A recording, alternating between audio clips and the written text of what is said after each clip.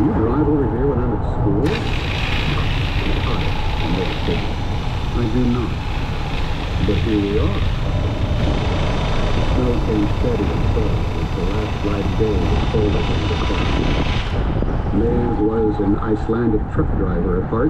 Nobody stopped her. But I had recently gotten off the train and was tired and cold. I thought it would be nice to make some sandwiches and soak in the tub. Baths were the subject of endless ridicule at Choate. I never knew why. Only showers were thought to be manly. May filled her lungs with smoke exhaled and turned off the pump. I thought about coming over here a couple of times, but I decided to wait 2 years. She smiled at me then, cranking the window down just far enough to let in a shelf of Arctic air. I had nagged her to give the cigarettes up before I'd left for school, then neglected to tell her that I'd started. Smoking was what we did at Choate, and we were taking baths. I craned my head to look up the drive. You kidding? Maeve looked out the gravel-side window. I don't know why, but I just keep thinking about that first time she came to the house so many years ago. Do you even remember? Of course I remember.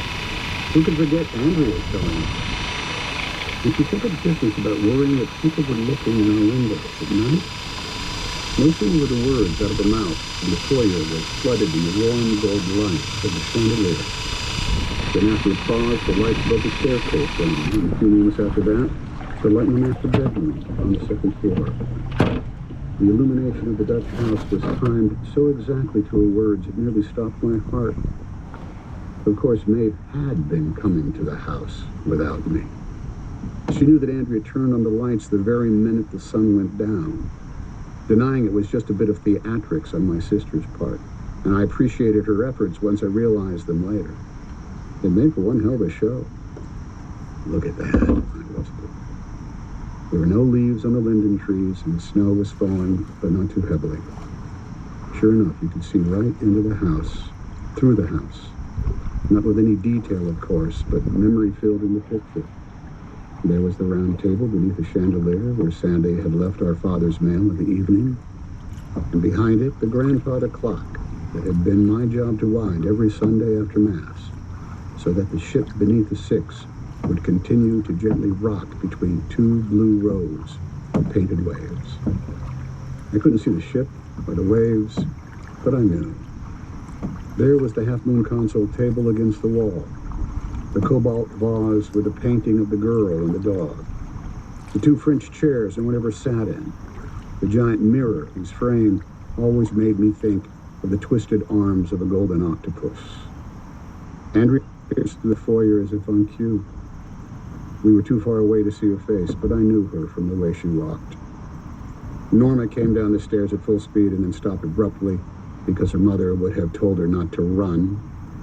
Norma was taller now, although I guess it could have been Bright. She must have watched us, Maeve said, before she ever came in that first time. Or maybe everybody watched us, everyone who ever drove down this street in winter. I reached into her purse and took out the cigarettes. That seems a little self-aggrandizing, Maeve said. Everyone.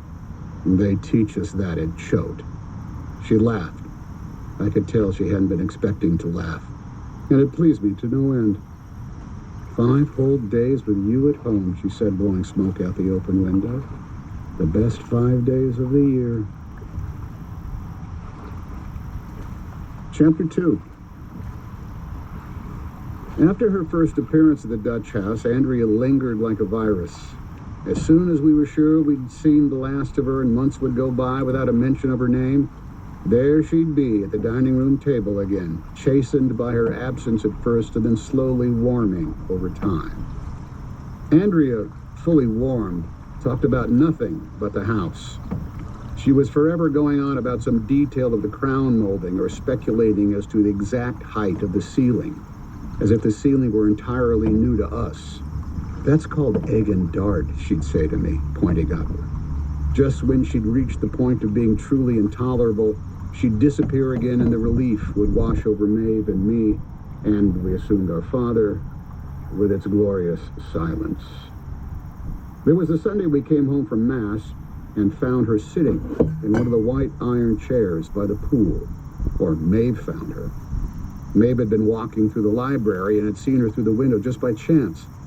She didn't call our father the way I would have. She just walked around to the back door, off the kitchen, and went outside. "Mrs. Smith?" Maeve said, shading her eyes with her hand. We called her Mrs. Smith until they were married.